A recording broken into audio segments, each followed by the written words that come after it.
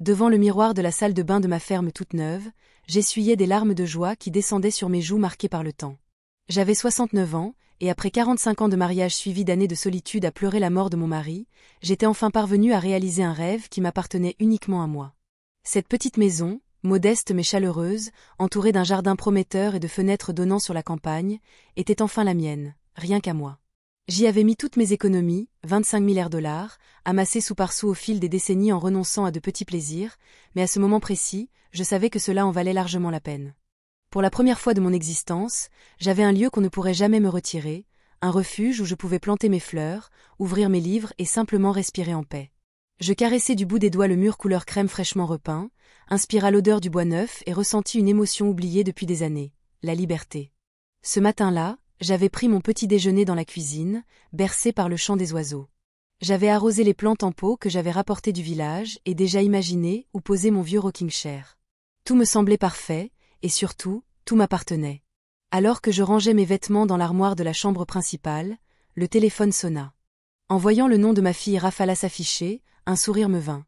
Peut-être voulait-elle enfin me féliciter, même si je savais qu'elle n'avait jamais approuvé cet achat. « Maman, c'est de l'argent jeté par les fenêtres », m'avait-elle répété maintes fois. « Tu devrais rester dans ton appartement, près de nous. » Comprenez, sous son œil, pour qu'elle puisse me contrôler plus facilement. « Bonjour ma chérie », répondis-je avec cette tendresse maternelle qui survit à toutes les déceptions. Mais sa voix, tranchante et sans préambule, me glaça. « Prépare-toi. J'arrive dans 1 heure avec 20 membres de la famille de Marcelo. Mets-toi au fourneau et prépare nos chambres. On reste 2 semaines. » J'eus l'impression que le sol se dérobait sous mes pieds. 20 personnes? Mon cœur s'accéléra violemment. « Rafala, je viens à peine d'emménager, je n'ai rien de prêt, pas même de quoi cuisiner pour moi. » Elle soupira, agacée. « Ne fais pas d'histoire, c'est ta famille. Tu dois les recevoir. » Marcelo a dit que sa cousine Paula viendrait avec ses 4 enfants, son frère Nazario et sa femme avec leurs jumeaux, et même ses oncles Pascoal et Rubens avec leurs proches. Ta maison est parfaite pour les vacances. Je tentai de protester, mais Rafala, cette maison est petite, 2 chambres seulement, ce n'est pas possible. Elle coupa court, cesse d'être égoïste. Pourquoi acheter une grande maison si ce n'est pas pour nous? On est déjà en route, alors prépare tout. N'oublie pas les serviettes, les enfants veulent se baigner à la rivière. Et fais assez à manger. Puis elle raccrocha. Je restai figé, le téléphone tremblant dans ma main. Tout le bonheur que j'avais ressenti quelques minutes plus tôt s'était envolé en fumée. 20 personnes allaient débarquer sans prévenir, comme si ma maison était un hôtel gratuit, comme si mon opinion ne comptait pas. J'observais mon modeste intérieur, 2 chambres, un petit salon avec à peine un canapé, et un réfrigérateur quasi vide contenant seulement quelques œufs, du lait et des tomates. Comment loger et nourrir 20 personnes pendant 2 semaines? Mais au fond, ce qui me brisait le plus le cœur, ce n'était pas le casse-tête logistique. C'était de constater que, encore une fois, ma voix n'avait aucune valeur. Ma fille avait décidé à ma place, comme si mes choix, ma liberté et mon bonheur n'avaient jamais existé.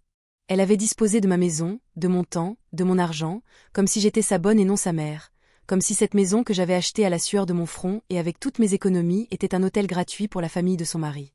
Assise au bord de mon nouveau lit, celui que j'avais choisi avec tant de soin, je pensais aux matinées paisibles que j'y passerais à lire, et j'ai commencé à ressentir ce vide familier. C'était le même que chaque fois que Rafala et son mari débarquaient dans mon ancien appartement. Ils se servaient dans mon réfrigérateur, utilisaient ma machine à laver, regardaient ma télévision, puis repartaient, laissant tout sale et en désordre, comme si c'était la chose la plus naturelle du monde. Je me souvenais très bien du lendemain des funérailles de mon mari. Au moment où j'avais le plus besoin de soutien émotionnel, Rafala était arrivée avec des cartons vides et un sourire faux. « Maman, tu as trop de choses. Il faut que tu t'en débarrasses », m'avait-elle dit en emballant les livres de mon défunt mari sans même me demander mon avis. « On a pris ça, tu n'en as plus besoin. À ton âge, tu ne lis plus autant. » Et moi, dans mon chagrin et ma confusion, je l'avais laissé prendre la moitié de mes souvenirs, y compris la montre en or qui avait appartenu à mon beau-père. Quand j'avais vendu l'appartement pour acheter cette maison, elle avait insisté pour que je lui donne l'argent afin de mieux investir. « Maman, tu ne comprends rien à la finance. Je sais comment faire fructifier cet argent », m'avait-elle dit avec ce sourire condescendant que je détestais tant. Face à mon refus, elle ne m'a pas adressé la parole pendant un mois entier, et maintenant, dès le premier jour dans ma nouvelle maison, elle revendiquait déjà son droit d'en faire sa propriété. Des larmes ont commencé à couler sur mes joues, tandis que je regardais par la fenêtre le jardin dont j'avais rêvé. Dans 1 heure, tout ce silence, cette paix, ce sentiment de liberté allait se transformer en chaos. Je suis restée assise sur mon lit quelques minutes, essayant de digérer ce qui venait de se passer. Le silence de ma nouvelle maison, qui quelques instants auparavant m'avait semblé si beau et apaisant, me semblait maintenant pesant et menaçant. En moins d'une heure, ce refuge que j'avais construit au prix de tant de sacrifices allait devenir un lieu de chaos et d'exigence. Je me suis levée lentement, ressentant plus que jamais le poids de mes 69 ans. Mes jambes tremblaient légèrement en me dirigeant vers la cuisine, où j'ai ouvert le réfrigérateur avec un mélange d'espoir et de désespoir. La réalité était encore pire que dans mes souvenirs. 3 œufs, 1 litre de lait, 2 tomates, un morceau de fromage acheté la veille et une bouteille d'eau. C'était tout, absolument tout ce dont j'avais besoin pour nourrir 20 personnes. J'ai ouvert les placards d'une main tremblante, une boîte de haricots, une autre de thon, un paquet de riz à moitié mangé, du sel, du poivre et de l'huile. Je n'avais même pas assez d'assiettes. J'avais acheté un service pour 4, pensant que ce serait largement suffisant. Je n'aurais jamais imaginé que ma fille transformerait ma maison en camp de réfugiés. J'ai regardé l'horloge. 50 minutes. 50 minutes pour accomplir un miracle. J'ai pris mon sac à main et mes clés de voiture, sachant que je devrais aller dans la petite ville acheter à manger, mais en vérifiant mon portefeuille, mon cœur s'est serré encore plus. Après avoir payé la maison, les meubles de base et les frais de déménagement, il ne me restait que 500 $ jusqu'au mois prochain. Comment allais-je pouvoir nourrir 20 personnes pendant 2 semaines avec ça? Le trajet jusqu'à la petite ville m'a semblé une éternité. Chaque minute qui passait était une minute de moins pour préparer ce que je pouvais. Au petit supermarché du village, j'ai couru dans les rayons comme une femme désespérée, calculant mentalement chaque dollar dépensé. Riz, haricots, pâtes, sauce tomate, quelques légumes bon marché, pain. Rien d'extraordinaire, rien de spécial, juste de la nourriture de base qui pouvait nourrir beaucoup de gens. La facture finale, 200 $, était presque tout ce qu'il me restait. De retour chez moi, il ne me restait que 20 minutes. 20 minutes pour transformer ma petite cuisine en un restaurant capable de nourrir une armée. J'ai mis de l'eau à bouillir pour le riz. Et les pâtes. J'ouvrais les boîtes de conserve comme une possédée. Je coupais les légumes en larmes. Ce n'étaient pas des larmes d'oignon, c'étaient des larmes de colère, d'impuissance, de profonde tristesse face à ce qui se passait. En cuisinant, je ne cessais de penser à comment j'en étais arrivée là. Après la mort de mon mari, j'avais essayé d'être la mère parfaite, la belle-mère compréhensive, la grand-mère disponible. Quand Rafala avait besoin d'une baby-sitter, j'étais là. Quand elle avait besoin d'emprunter de l'argent, j'étais là. Quand elle voulait utiliser ma voiture parce que la sienne était au garage, j'étais là. Toujours disponible, toujours partante, toujours d'accord. Je me souvenais de la fois où Marcelo, mon gendre, était arrivé à mon ancien appartement avec 3 amis à l'improviste, s'attendant à ce que je cuisine et boive avec eux pendant tout un week-end de foot. C'est juste que ma mère n'est pas là, et tu cuisines tellement bien, m'avait-il dit avec ce sourire faux qui me gênait tant. Et moi, comme toujours, j'avais couru au supermarché, dépensé mon argent et cuisiné pour eux comme si j'étais leur bonne. Personnel, ou la fois où Rafala m'avait demandé de garder les enfants de sa belle-sœur parce qu'elle avait une urgence familiale. 3 jeunes enfants pendant une semaine entière, sans me payer un centime, sans même me demander si je pouvais le faire. Quand j'avais mentionné que j'avais dû annuler mes rendez-vous chez le médecin pour m'occuper d'eux, elle m'avait dit « Oh, maman, ne dramatise pas. Et puis, c'est bien que tu aies quelque chose à faire pour ne pas te sentir si seule. » Seule ? Ce mot résonnait dans ma tête, tandis que je remuais la sauce tomate. Je me sentais plus seule entourée de ma famille que lorsque j'étais vraiment seule. Parce que la vraie solitude est sincère. Elle ne fait pas semblant de vous aimer tout en vous utilisant. Le bruit d'une voiture qui approchait m'a tiré de mes pensées. J'ai regardé par la fenêtre et j'ai vu 3 véhicules bondés en sortir, comme s'ils arrivaient à un complexe hôtelier tout compris. Des enfants qui criaient, des adultes qui riaient, des valises qu'on sortait des malles. Et Rafala était là, maîtresse de maison. « Maman » m'appelait-elle de l'extérieur. « Viens nous aider à porter nos sacs. » Je me tenais là, dans ma cuisine, tenant la cuillère en bois avec laquelle j'avais remué la sauce, et quelque chose en moi s'est brisé. Pas de façon dramatique comme on le voit dans les films, mais silencieusement et définitivement, comme lorsque le fil le plus fin qui supporte un poids lourd se rompt. Je suis sortie de la cuisine et j'ai ouvert la porte d'entrée. Ce que j'ai vu m'a coupé le souffle. 20 personnes, en fait, des bébés aux personnes âgées, toutes sortant de leur voiture comme si elles arrivaient à leur maison de vacances préférée.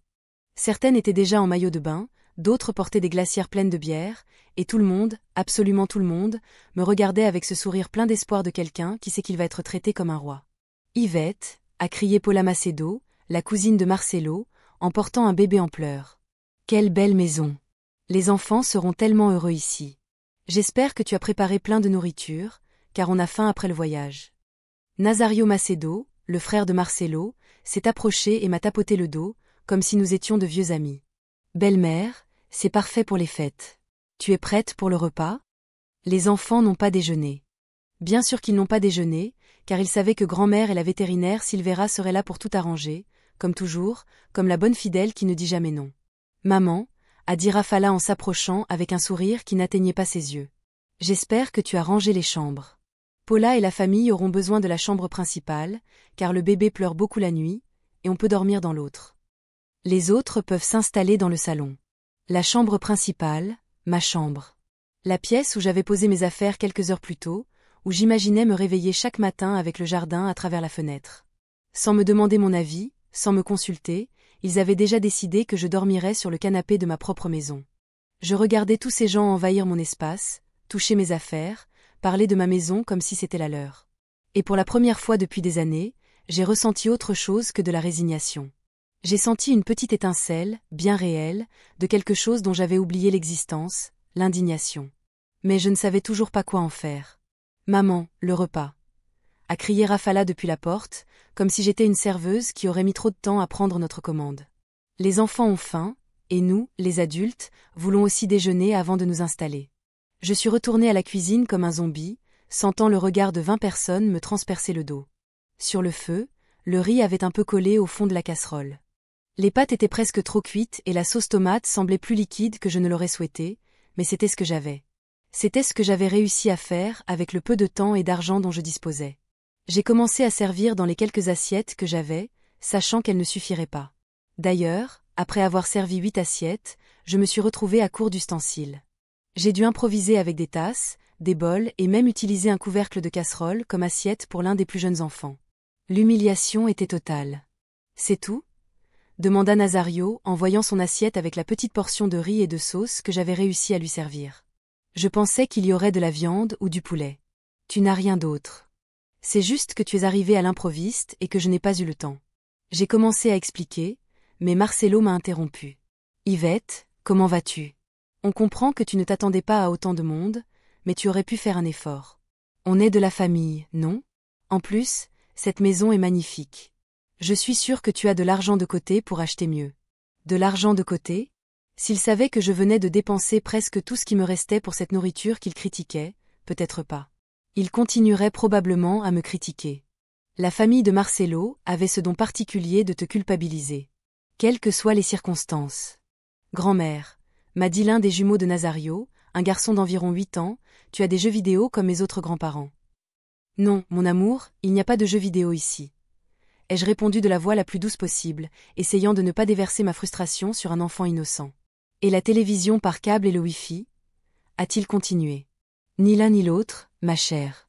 Je viens d'emménager et je n'ai pas encore réservé ces services. Le garçon m'a regardé comme si je lui avais dit que je vivais dans une grotte. Voilà ce qu'on va faire pendant 2 semaines. C'est ennuyeux. Paula Macedo, qui changeait la couche du bébé à ma table de salle à manger, s'est jointe à la conversation. Yvette, il faut que tu ailles en ville acheter des couches, du lait maternisé et des petits pots. J'ai oublié d'en emporter pour 2 semaines. Il nous faut aussi de la crème solaire, de l'anti-moustique et quelques autres choses. Elle m'a tendu une liste manuscrite sur une serviette. Voilà, tout est écrit. Tu peux y aller cet après-midi. J'ai pris la liste d'une main tremblante. Couches, lait maternisé, crème solaire, anti-moustique, serviettes hygiéniques, médicaments contre les maux de tête, aspirine, antiacide, shampoing pour bébé, savon antibactérien, lessive. La liste semblait interminable.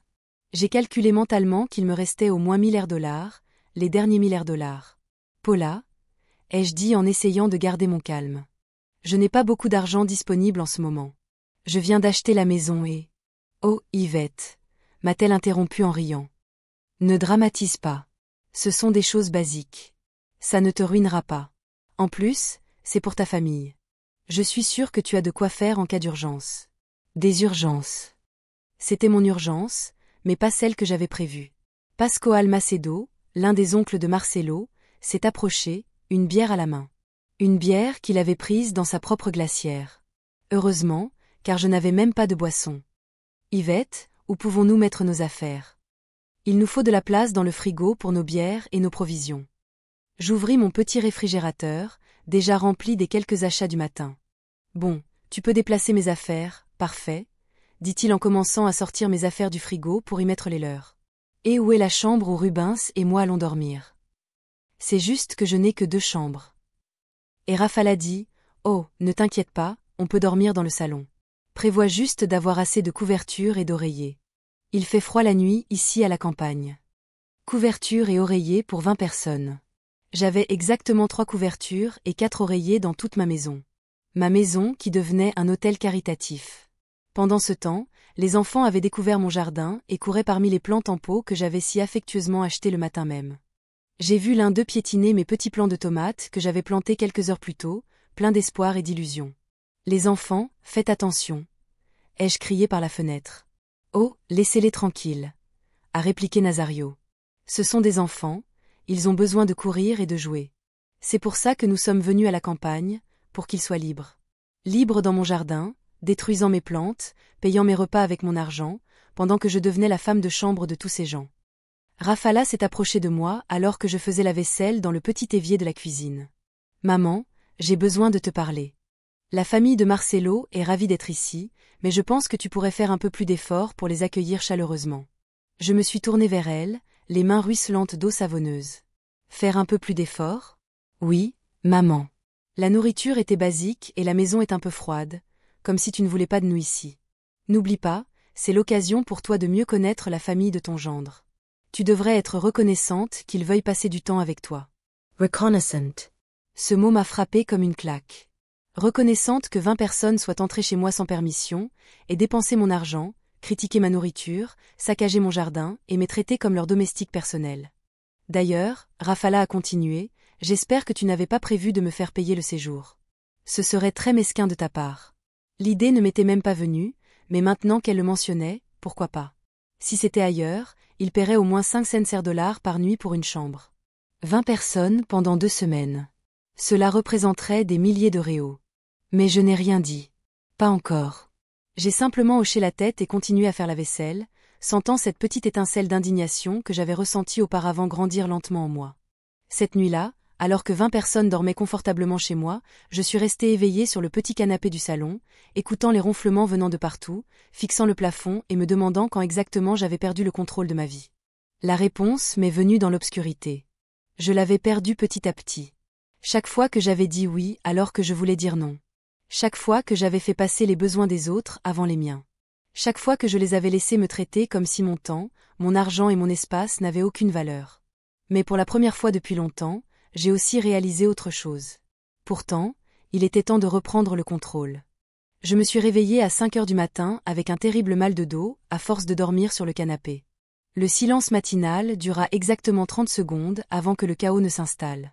Le bébé de Paula se mit à pleurer, réveillant tous les autres enfants, qui se mirent aussitôt à courir dans la maison, à crier et à jouer comme dans un parc d'attractions. Je me levai du canapé, ressentant chaque once de mes 69 ans dans mes articulations, et me dirigeai vers la cuisine pour faire du café. J'avais besoin de caféine pour survivre à ce qui allait arriver. Mais en arrivant, je trouvai Nazario déjà là, fouillant dans mon réfrigérateur comme si c'était le sien. « Bonjour, Yvette », dit-il sans lever les yeux. « Où est le café ? Et il nous faut du lait pour les céréales des enfants. » « Je n'ai pas de céréales, » répondis-je en essayant de garder un ton neutre. « Comment ça, pas de céréales ? Que prennent les enfants au petit déjeuner ? » C'était donc une question honnête, et je n'avais pas de réponse honnête. Je n'avais pas de céréales. Je n'avais pas assez de lait, je n'avais pas assez de quoi nourrir 20 personnes pendant 2 semaines. Mon petit garde-manger était conçu pour une personne seule qui mangeait simplement et économiquement. Je peux faire des œufs brouillés ? Ai-je proposé, sachant qu'il me restait exactement 6 œufs après ceux de la veille. 6 œufs pour 20 personnes ? A demandé Nazario en riant. On ferait mieux d'aller en ville acheter de la vraie nourriture, mais faisons vite, car les enfants auront bientôt faim. Allons-y. Comme si c'était une décision commune, comme si l'argent nous appartenait à tous les deux. Comme si je n'avais pas dépensé mes dernières économies hier pour un repas qu'ils avaient critiqué. Paula Macedo est apparue dans la cuisine, le bébé dans les bras, l'air renfrogné. Yvette, je veux que tu fasses bouillir de l'eau pour le biberon. Et je veux aussi que tu laves ses vêtements, car le bébé s'est sali pendant la nuit. Elle m'a tendu un sac rempli de vêtements sales qui sentaient mauvais. Tu n'as pas pris assez de vêtements pour le bébé? Ai-je demandé. Oui, mais je ne pensais pas qu'il se salirait autant. En plus, tu as une machine à laver ici. N'est-ce pas plus facile de faire la lessive ici que de transporter autant de vêtements? Plus facile pour elle, plus de travail pour moi, mais plus de gaspillage d'eau, d'électricité et de lessive pour moi. Les enfants commencèrent à arriver dans la cuisine comme une meute de loups affamés. 5 enfants, âgés de 4 à 12 ans. Tous demandaient « Qu'est-ce qu'il y avait au petit déjeuner ?» Tout le monde attendait que la grand-mère magique produise à manger de nulle part. « Grand-mère, j'ai faim », me dit la plus jeune avec un air si innocent que cela me brisa le cœur. Ce n'était pas sa faute si elle était dans cette situation. « Je sais, mon amour.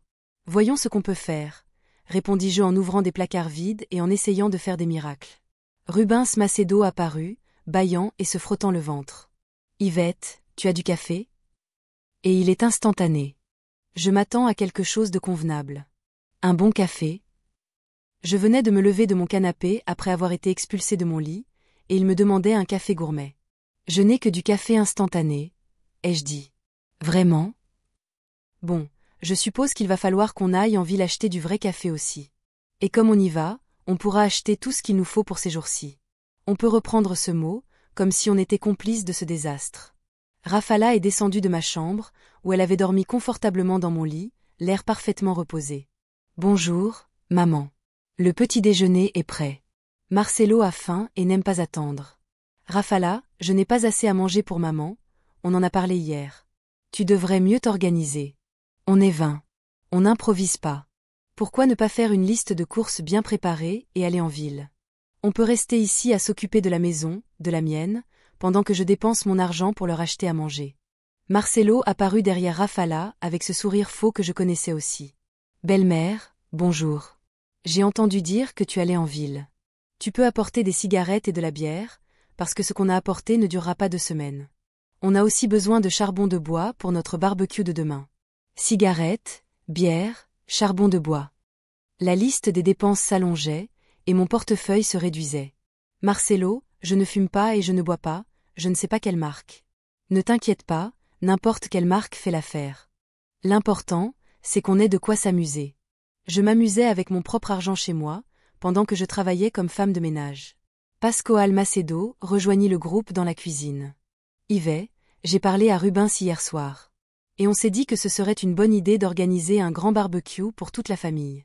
On pourrait inviter d'autres membres de la famille qui habitent près de chez nous. Que dirais-tu d'organiser quelque chose pour le week-end? Plus de famille? Demandai-je, sentant ma tension monter. Oui, on est une grande famille soudée. Ce sera sympa. On a juste besoin que tu achètes de la viande pour une 30aine de personnes, à peu près. Pas grave. 30 personnes. De la viande pour 30 personnes. J'ai calculé mentalement au moins 2500 réals de plus. De l'argent que je n'avais absolument pas. Je ne pense pas pouvoir me le permettre. Oh Yvette, interrompit Paula Macedo. Ne sois pas radine, c'est une réunion de famille. De plus, avec l'argent que tu économises en ne payant pas d'hôtel pour nous tous, tu peux certainement t'offrir un barbecue. Ne pas payer d'hôtel, comme si être chez moi était gratuit, comme si mon temps, mon espace, ma tranquillité d'esprit ne valaient rien.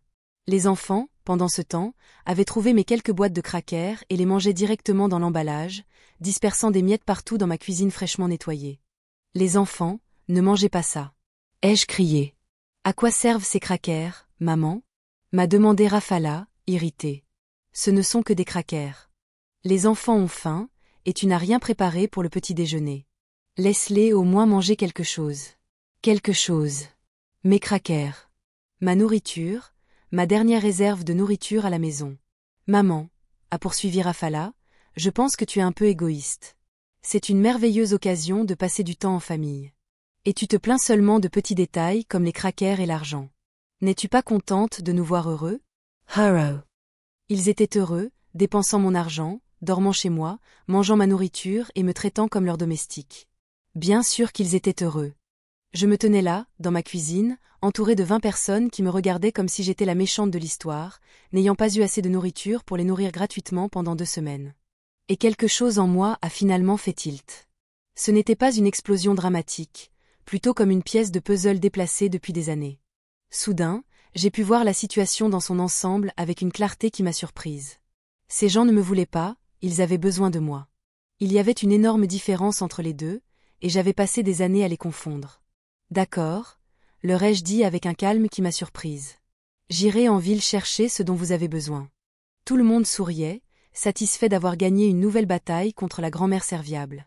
Mais tandis que je prenais mon sac à main et mes clés de voiture, je ne pensais ni à la nourriture ni à la liste de courses. Je pensais à quelque chose de complètement différent. Je pensais au cabinet d'avocat que j'avais vu en ville la veille et à une conversation que j'aurais pu avoir. Pour la première fois depuis des jours, je quittais la maison avec un vrai sourire.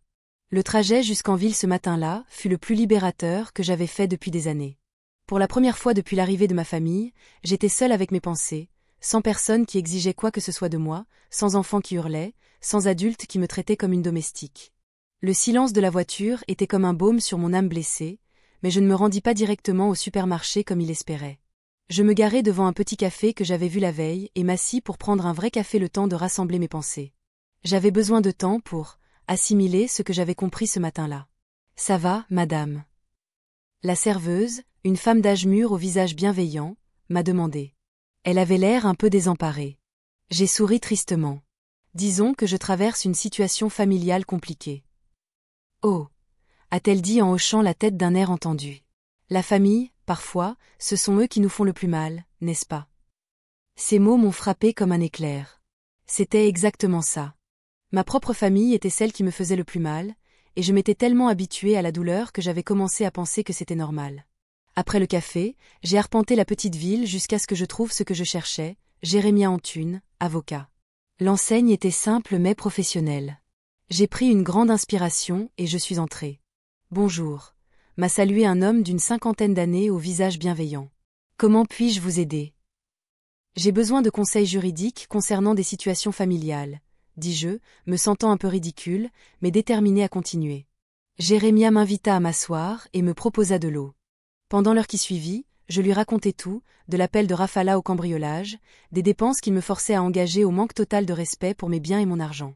L'homme m'écouta sans m'interrompre, prenant des notes de temps en temps. « Madame Yvette, dit-il finalement, ce que vous décrivez est de la maltraitance financière et émotionnelle. Ce n'est pas parce qu'ils sont de ma famille qu'ils ont le droit d'utiliser vos biens sans permission, ni de vous forcer à dépenser votre argent pour eux. Mais ils sont ma famille, murmurai-je, répétant l'excuse que j'utilisais depuis des années. Une vraie famille respecte, pas exploite, répondit-il fermement. Avez-vous déjà envisagé de fixer des limites légales? Des limites légales? L'idée me semblait aussi étrange que libératrice. Quelles limites? Eh bien, par exemple, votre maison est votre propriété privée. Vous avez le droit absolu de décider qui peut y séjourner et qui n'y peut pas séjourner. Si quelqu'un refuse de partir quand vous le lui demandez, il commet techniquement une intrusion. Une intrusion? Ma propre famille aussi, a poursuivi Jérémia. Si tant de personnes utilisent votre propriété comme lieu de séjour, vous pourriez légalement facturer les services que vous fournissez. Nourriture, logement, services de base. Dans n'importe quel hôtel, ils paieraient des centaines de réaux pour ce que vous offrez gratuitement. Pourriez-vous vraiment les facturer? Ai-je demandé, avec un mélange d'espoir et de terreur. Bien sûr. C'est votre maison, ce sont vos ressources. S'ils décident de venir sans y être invités et sans contribuer financièrement, vous avez parfaitement le droit d'établir des conditions commerciales pour leur séjour. J'ai quitté le bureau de Jérémia avec un dossier rempli de documents et une nouvelle perspective sur ma situation. J'avais rédigé une lettre officielle établissant les conditions commerciales de ma propriété, avec les tarifs par chambre, par repas et par service. J'avais également des informations sur mes droits de propriétaire et les démarches juridiques que je pourrais entreprendre si quelqu'un refusait de respecter mes décisions. Mon prochain arrêt était la banque. Je voulais savoir exactement combien d'argent il me restait et combien j'avais dépensé ces 2 derniers jours. Les chiffres étaient alarmants. En moins de 48 heures, j'avais dépensé 2600 $ de mes maigres économies. À ce rythme, je serais complètement ruiné en une semaine. Le directeur de la banque, un jeune homme nommé Ricardo Azevedo, examina mon compte d'un air inquiet. « Madame Yvette, ces dépenses sont très élevées pour vos revenus habituels. Tout va bien ?» demanda-t-il. Je lui expliquai brièvement la situation, et il comprit. « Écoutez, ce ne sont pas mes affaires, mais j'ai vu des cas similaires. Des personnes âgées qui se laissent exploiter financièrement par des membres de leur famille. Avez-vous envisagé de fixer des limites à vos dépenses? Je commence à y réfléchir, répondis-je. Si vous avez besoin d'aide pour contrôler vos dépenses ou établir un budget qui vous protège des excès involontaires, nous pouvons vous aider. Nous pouvons également configurer votre compte pour exiger une autorisation spéciale au-delà d'un certain montant. C'était un autre outil dont j'ignorais l'existence, une autre façon de me protéger de ma propre générosité mal placée. Je finis par aller au supermarché, mais cette fois, je n'achetais que l'essentiel. Riz, haricots, pâtes, sauce tomate, quelques légumes bon marché. Pas de luxe, pas de viande à griller, pas de bière ni de cigarettes. J'ai dépensé exactement 2,50 $. De retour à la maison 3 heures plus tard, j'ai été accueilli par une avalanche de plaintes. « Maman, tu as mis une éternité !» a crié Rafala. « Les enfants ont faim, et nous aussi. »« Où est la viande à griller ?» a demandé Pascoal. « Et la bière ?» a ajouté Marcelo. « Les cigarettes ?» a insisté Rubens. Je les ai tous regardés, debout dans mon salon, chez moi, attendant que je règle tous leurs problèmes avec mon argent. Et pour la première fois depuis des années, je ne me suis pas senti coupable, j'ai senti la lucidité. J'ai apporté des vivres de base, leur ai-je dit calmement. Riz, haricots, pâtes, de quoi que ce soit pour que personne ne meure de faim. Mais et tout ce qu'on a demandé ? A insisté Paula. Je ne l'ai pas acheté, ai-je simplement répondu. Le silence qui a suivi était assourdissant. 20 personnes m'ont regardé comme si j'avais perdu la tête. Comment ça, tu n'as rien acheté ? Demanda Nazario, incrédule. Je n'ai pas assez d'argent pour acheter de la viande pour 30 personnes, ni de la bière, ni des cigarettes, ni tout ce qu'ils ont demandé. Je n'ai que de quoi manger de base. Mais, maman, intervint Rafala de ce ton condescendant que je détestais tant. On sait que tu as de l'argent de côté, ne sois pas radine. Je sortis les documents que j'avais obtenus à la banque et les leur montrai. Voici mes relevés de compte. En 2 jours, j'ai dépensé 2600 $ de mes économies. Il me reste moins de 500 $ jusqu'au mois prochain. Je n'ai pas d'argent de côté, pas de réserve secrète. C'est tout ce que j'ai. Les documents circulaient comme preuve lors d'un procès. Les regards incrédules se transformèrent en expressions d'agacement. Bon, alors il faudra trouver des alternatives, dit Marcelo. Finalement, on pourra tous contribuer aux dépenses. Excellente idée, répondis-je en sortant l'autre dossier de mon sac. Effectivement, j'ai consulté un avocat ce matin et j'ai préparé un document précisant les tarifs commerciaux pour l'hébergement dans ma propriété. Le silence revint, mais cette fois-ci différent. C'était le silence de ceux qui venaient de réaliser que leur victime n'en était plus une. Il s'agit de 500 $ par chambre et par nuit, 250 $ par personne et par jour pour les repas, et 100 $ par jour pour les services de base comme l'eau, l'électricité et la lessive. Je poursuivis la lecture du document. Pour l'instant, dans 2 jours, le total s'élèverait à 14 000 $. J'aurais pu entendre une mouche voler. « Vous nous faites payer pour rester chez vous ?» demanda Rafala d'une voix stridente. Je ne répondis pas aussi calmement que possible. Je vous propose même de payer pour les services que vous recevez ou de chercher un logement ailleurs. Pour la première fois depuis des années, j'avais le contrôle de la conversation. L'explosion qui suivit fut épique. 20 personnes parlaient en même temps, criaient, protestaient, tentaient de me culpabiliser avec toutes les tactiques de manipulation qu'elles avaient perfectionnées au fil des ans. Mais quelque chose avait changé en moi. C'était comme si j'avais construit un mur invisible qui ne laissait pas passer leurs paroles blessantes. « C'est ridicule !» hurla Marcelo. « On est de la famille. Tu ne peux pas nous faire payer pour rester chez toi. Depuis quand es-tu si égoïste, maman ?» ajouta Rafala, les larmes aux yeux. « Papa se retournerait dans sa tombe s'il savait que tu fais payer sa propre famille. » Mentionner mon défunt mari fut la goutte d'eau qui fit déborder le vase, mais pas comme elle espérait. Au lieu de me briser, cela me fortifia. « Ton père, dis-je fermement, a travaillé toute sa vie pour assurer ma sécurité financière. Il n'aurait jamais permis à sa famille de me traiter comme une domestique chez moi. »« On ne te traite pas comme une domestique, » protesta Paula. « On te donne la possibilité de vivre avec ta famille. » La coexistence. J'ai répété avec un rire amer. Paula, depuis ton arrivée, tu m'as obligé à laver les vêtements de ton bébé, à faire bouillir de l'eau pour ses biberons et à acheter des couches et du lait maternisé avec mon propre argent. C'est ça, vivre ensemble ? On est une famille, a-t-elle insisté. C'est ça, la famille, non ? J'ai répondu avec une clarté qui m'a surprise moi-même. Le propre d'une famille, c'est de se respecter, de contribuer équitablement et de ne pas abuser de la générosité de l'autre. Ce que tu fais, c'est de l'exploitation. Nazario s'est approché avec un air menaçant. Yvette, je crois que tu deviens folle. Tu as peut-être besoin d'aide médicale. Ce n'est pas toi. Tu as raison, ai-je répondu, imperturbable. Ce n'était plus moi avant. L'Yvette d'avant se laissait marcher sur les pieds, dépensait ses économies pour des gens qui la maltraitaient et confondaient être utilisée et être aimée. Mais cette Yvette n'est plus là. Maman, c'est honteux, a crié Rafala. Que penseront les gens quand ils apprendront que tu as fait payer ta propre famille pour le logement? Les mêmes personnes qui vous en voudraient d'arriver sans invitation chez une femme de 69 ans et de vous attendre à ce qu'elle vous garde gratuitement pendant 2 semaines. Ai-je répondu. Pascoal a tenté une approche différente. Yvette, soyons raisonnables. Nous comprenons que vous ayez des dépenses, mais ces frais sont exagérés. Pouvons-nous vous donner quelque chose de symbolique? 250 $ pour la totalité du séjour. 250 €. Ai-je répété lentement, comme si je réfléchissais à l'offre. J'ai vu l'expression d'attente sur leur visage, pensant qu'ils avaient encore trouvé le moyen de s'en sortir. Pour 20 personnes pendant 14 jours avec 3 repas par jour, logement, eau, électricité, gaz, lessive et ménage. Exactement, A dit Rafala avec un sourire triomphant. Vous voyez? Nous sommes raisonnables, nous voulons contribuer. Mathilde Costa m'a regardé avec cette expression que seules les femmes sages ont lorsqu'il se passe quelque chose de bien. Elle avait parfaitement compris ce qui se passait. D'accord, ai-je finalement dit. J'accepte votre proposition. Tout le monde a soupiré de soulagement. Ils pensaient avoir gagné, mais j'ai continué et j'ai vu leur visage se durcir à une condition. Puisqu'il s'agit désormais d'une transaction commerciale, je veux que vous signiez un contrat d'hébergement. Un contrat? A demandé Nazario avec suspicion. Bien sûr, si vous payez pour des services, nous devons clairement préciser ce qu'ils incluent et ce qu'ils n'incluent pas.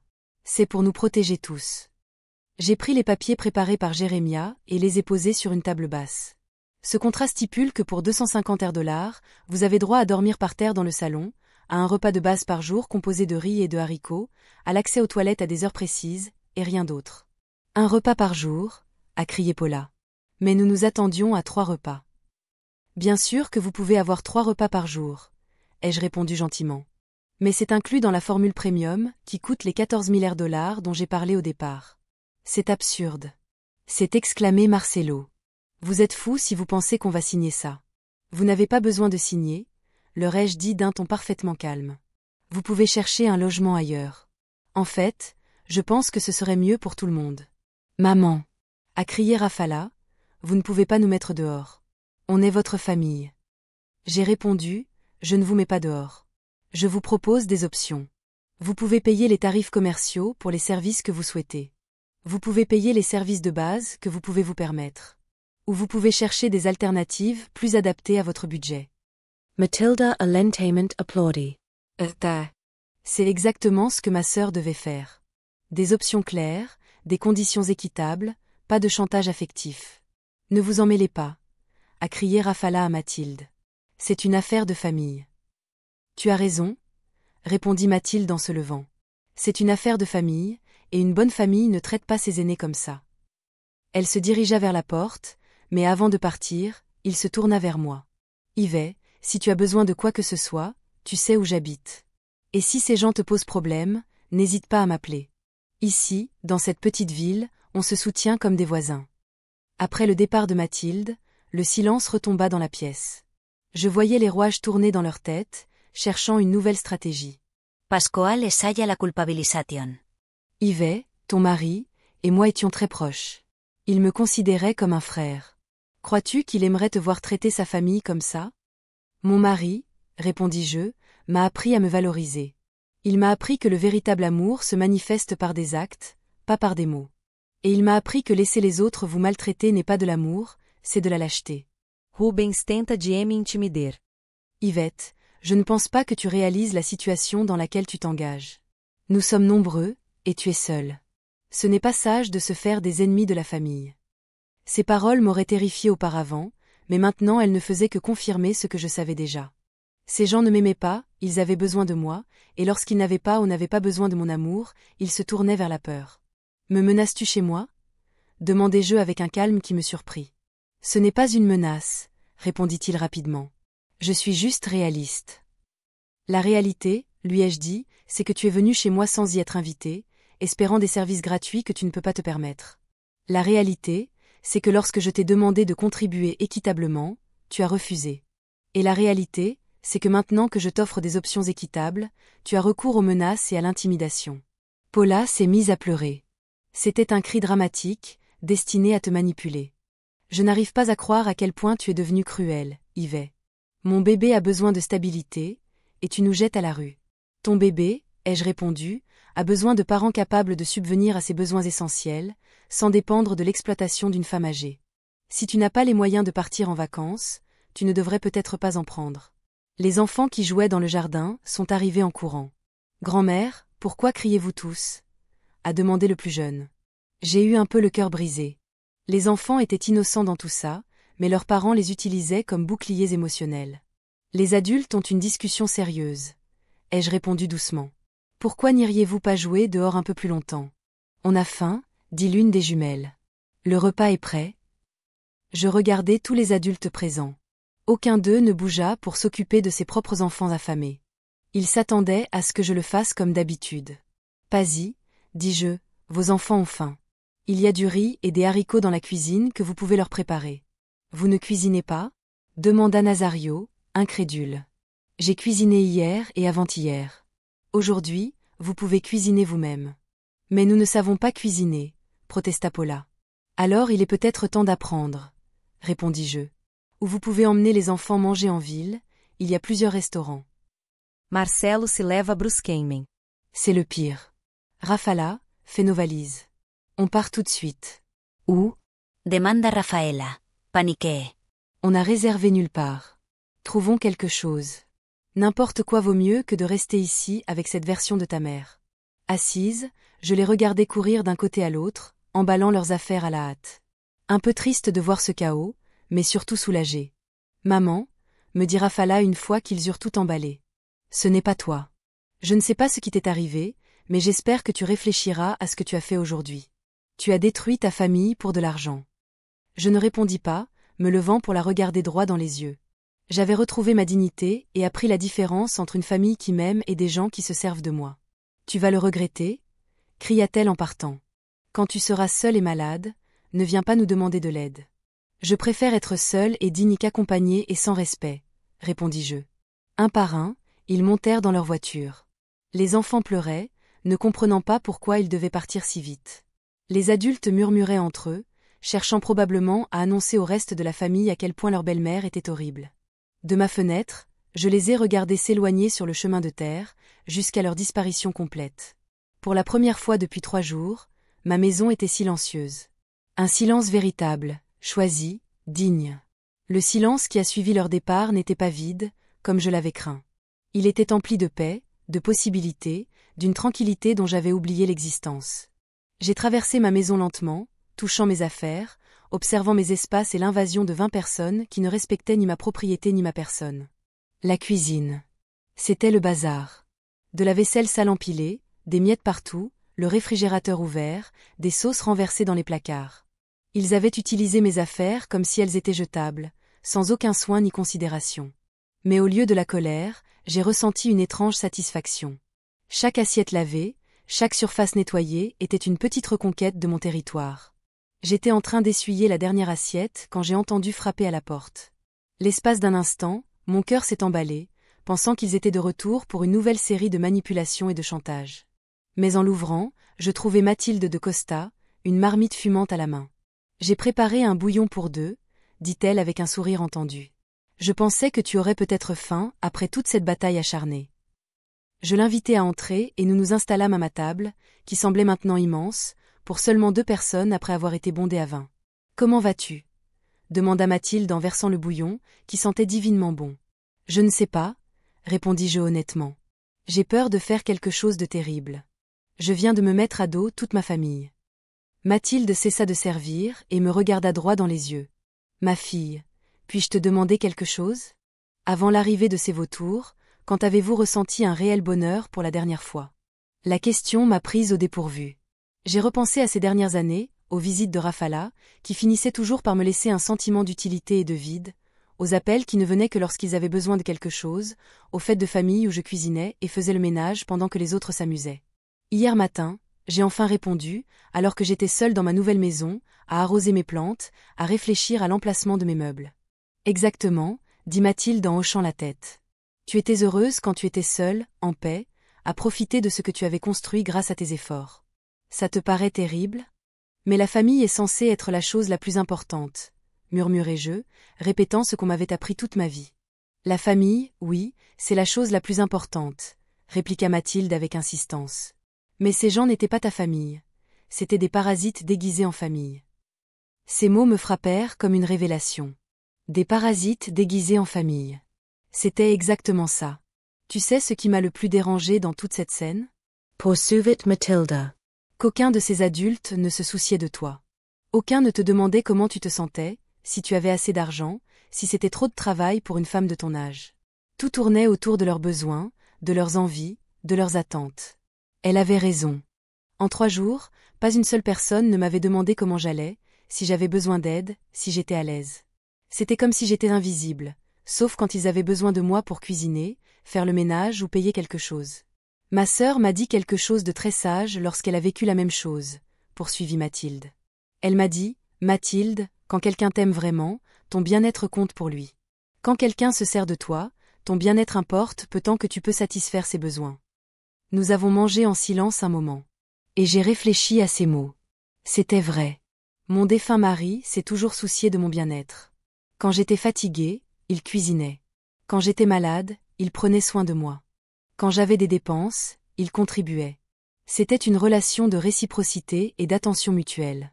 Ce que j'avais vécu avec ma famille ces dernières années était l'inverse.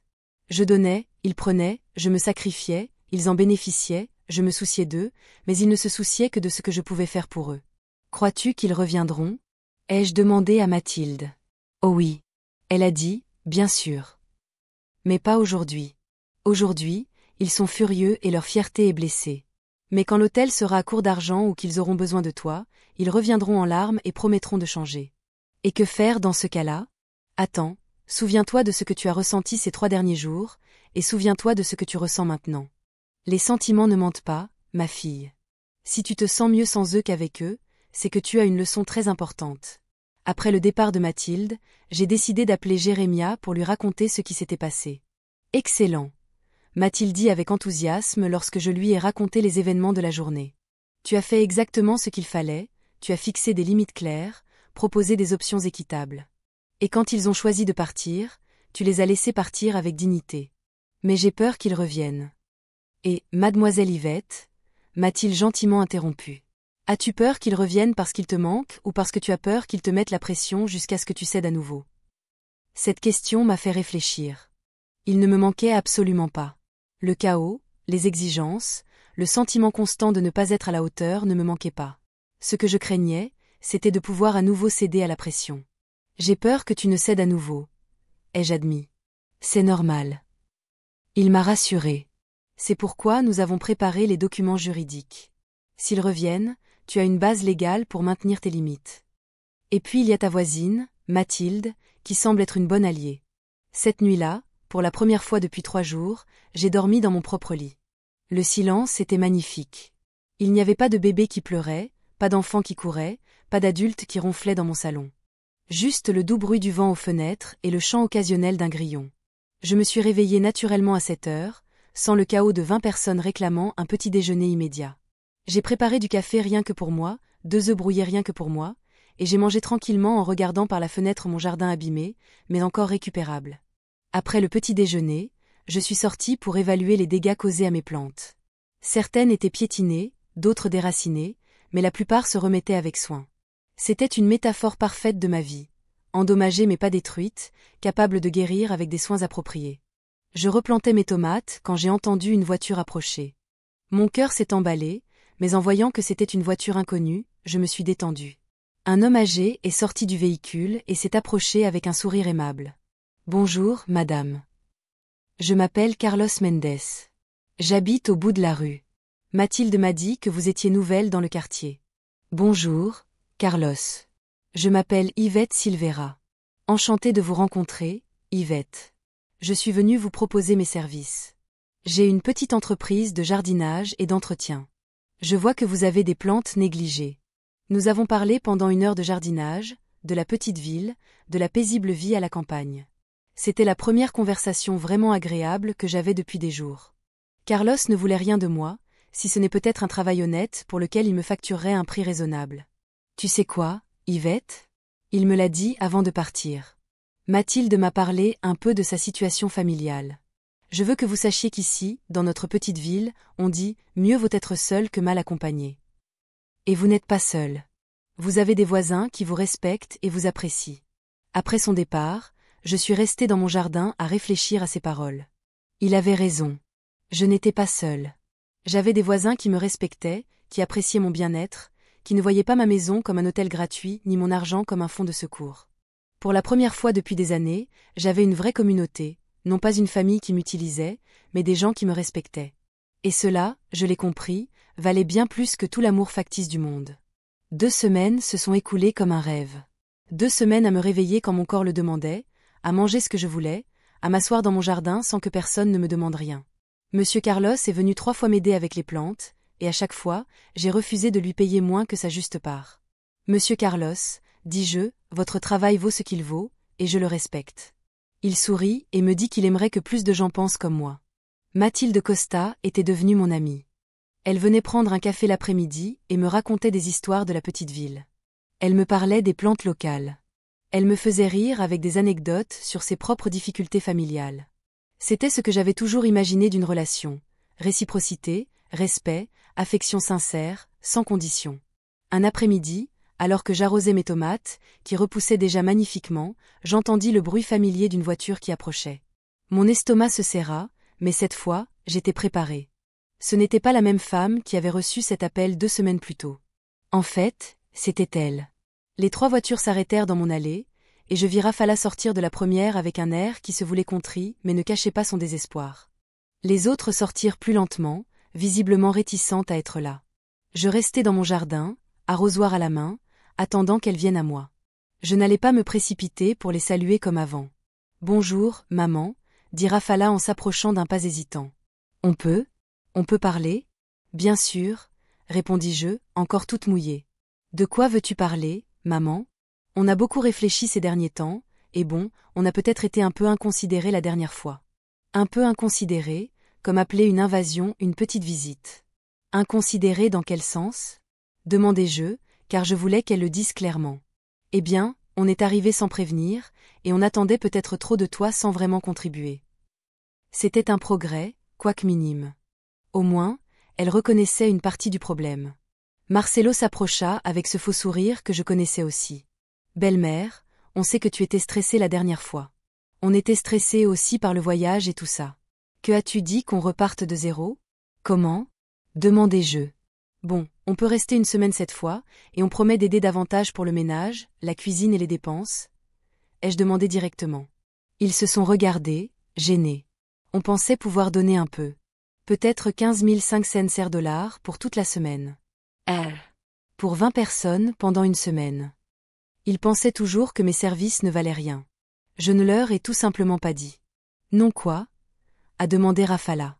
Non à tout. Tu ne peux pas rester ici. Le silence qui a suivi était épais. Je voyais la véritable surprise sur leur visage, comme s'ils avaient vraiment cru que leurs excuses en demi-teinte et leur offre insultante me feraient changer d'avis. Mais mamã, Rafaela, a insisté. On a dit qu'on était désolé. Ce n'est pas suffisant. Qu'est-ce que tu ressens exactement ? Ai-je demandé, car je voulais l'entendre. On est désolé. On est désolé d'être arrivé à l'improviste et d'avoir attendu que tu prennes en charge toutes les dépenses sans m'aider. C'était plus honnête que je ne l'espérais, mais ce n'était toujours pas suffisant. Et qu'as-tu fait pour montrer que tu ressens vraiment ça ? Ai-je continué. Que veux-tu dire ? A demandé Marcelo. Je veux dire que des excuses sans changement de comportement ne sont que des mots. Que as-tu fait différemment ? As-tu cherché du travail pour payer tes vacances ? As-tu économisé pour tes dépenses ? As-tu appris à planifier et à budgétiser tes voyages ? Leurs visages impassibles m'ont tout dit. Ils n'avaient rien fait de différent, ils avaient juste attendu 2 semaines que ma crise passe. Paula Macedo s'est approchée avec le bébé, jouant clairement la carte de la manipulation émotionnelle. Yvette, regarde ce petit ange. Ton petit-fils ne te manque-t-il pas ? Tu ne veux pas qu'il grandisse en connaissant sa grand-mère ? J'ai regardé le bébé, qui était bel et bien beau et innocent dans tout cela, mais j'ai ensuite regardé Paula, qui utilisait son propre fils comme un outil de manipulation. Bien sûr que je veux rencontrer mes petits-enfants, ai-je répondu, mais je veux les rencontrer dans un climat de respect et d'amour sincère, sans exploitation ni maltraitance. On ne te maltraite pas, a protesté Nazario. On est de la famille, Nazario, ai-je dit calmement. Paies-tu un loyer chez toi? Oui. Paies tu ta nourriture? Oui. Paies-tu les services de base comme l'eau et l'électricité? Bien sûr. Alors explique-moi pourquoi tu penses avoir le droit de vivre chez moi, de manger ma nourriture et d'utiliser mes services sans rien payer. Il n'avait pas de réponse, car il n'y avait pas de réponse logique. Pascoal a de nouveau essayé de culpabiliser. Yvette, ton mari serait très triste de te voir rejeter sa famille ainsi. Mon mari, ai-je répondu fermement, m'a appris que le véritable amour passe par le respect. Il m'a appris à me valoriser et m'a appris que laisser les autres me maltraiter n'est pas de l'amour, c'est de l'autodestruction. Rafala s'est mise à pleurer. Maman, je ne comprends pas ce qui t'est arrivé. Avant, tu étais si généreuse, si aimante, maintenant tu es froide et calculatrice. Avant, répondis-je, je confondais être utilisée avec être aimée. Je confondais épuiser mes ressources avec de la générosité. Je confondais tolérer les abus avec de l'amour. Maintenant, je fais bouger les choses. Et alors? Urla Marcelo, frustré. Nous ne sommes plus les bienvenus chez toi. Toi, tu es la bienvenue. Je t'ai dit que tu venais avec respect, que tu contribuais équitablement, que tu me traitais comme un être humain avec des droits et des besoins, et non comme un serviteur gratuit. Mais ces conditions sont ridicules, protesta Rubens. Qu'y a-t-il de ridicule à payer pour ce que l'on consomme? Qu'y a-t-il de ridicule à respecter la propriété d'autrui? Qu'y a-t-il de ridicule à traiter une femme âgée avec dignité? Leur demandai-je. Ils n'avaient aucune réponse, car ils savaient que j'avais raison. Ils savaient que ma question était élémentaire, humaine et juste. Le problème, c'est qu'ils ne voulaient pas de justice, ils voulaient perpétuer les abus. Ils restèrent là quelques minutes encore, à se regarder, attendant que quelqu'un trouve une nouvelle stratégie, mais ils n'en trouvèrent pas. Finalement, Rafala prit la parole. D'accord, maman. Si c'est ce que tu veux, Lu, si tu préfères l'argent à ta famille, c'est ton choix. Mais ne t'attends pas à ce qu'on te rende visite à nouveau. Je ne préfère pas l'argent à la famille, répondis-je calmement. Je préfère la dignité aux abus, et je préfère la solitude à l'exploitation. Un par un, ils retournèrent à leur voiture. Cette fois, les enfants ne versèrent pas de larmes, car ils comprenaient que cette visite était différente. Cette fois, pas de cris ni de protestations théâtrales, juste la résignation de ceux qui avaient perdu leur victime préférée. Je les regardai s'éloigner pour la deuxième et dernière fois, et ressentis quelque chose que je n'avais pas ressenti depuis des années. Une paix totale. Le silence qui suivit leur départ n'était pas vide, comme je le craignais. Il était empli de paix, de possibilités, d'une tranquillité dont j'avais oublié l'existence. Ce soir-là, Mathilde Costa vint dîner. Elle avait préparé un ragoût de poulet, et j'avais préparé du riz et des lentilles. Nous avons mangé sur ma véranda, admirant le coucher de soleil sur les champs, tout en discutant de nos projets pour le jardin. « Es-tu satisfaite de ta décision » m'a-t-elle demandé. « Je me sens libre. » ai-je répondu pour la première fois depuis des années. Je me sens libre. 6 mois plus tard, ma maison était devenue mon véritable foyer. Mon jardin était florissant. J'avais un petit réseau d'amis dans la petite ville et j'avais commencé à suivre des cours de peinture au centre communautaire. Mes journées étaient remplies d'activités que je choisissais de faire, sans y être forcée. Rafala m'appelait de temps en temps, dès qu'elle avait besoin de quelque chose. Elle me demandait de lui emprunter de l'argent, de garder les enfants, de résoudre un problème. Je l'écoutais patiemment, puis je lui disais « Je suis désolée, mon amour, mais je ne peux pas t'aider. » Au début, elle se mettait en colère, puis elle suppliait, puis elle menaçait, et maintenant elle se fermait tout simplement. J'ai appris qu'aimer quelqu'un ne signifie pas se laisser faire. J'ai appris qu'être généreux ne signifie pas s'épuiser pour les autres. J'ai appris qu'une vraie famille se soucie de vous autant que vous vous souciez d'elle. Et j'ai appris quelque chose de plus important. Il n'est jamais trop tard pour reprendre sa vie en main, sa dignité et son droit au bonheur. Ce matin, je me suis réveillée au chant des oiseaux, j'ai préparé du café dans ma cuisine propre et rangée, et je suis allée arroser mes plantes, qui poussent magnifiquement et vigoureusement, tout comme moi. Si mon histoire vous a plu, vous pouvez me soutenir en me disant un grand merci. Comme ça, je pourrai écrire beaucoup d'autres histoires comme celle-ci. Merci beaucoup d'avance. Et vous, que feriez-vous à sa place? J'aimerais beaucoup connaître votre avis. Alors, n'hésitez pas à le partager dans les commentaires. Je suis toujours curieuse de savoir ce que vous en pensez. Oh, et dites-moi aussi où vous avez entendu cette histoire. Si vous voulez en savoir plus sur ce genre de récit, aimez la vidéo et abonnez-vous à la chaîne. Il y en a beaucoup d'autres qui vous attendent. Gros bisous et à la prochaine.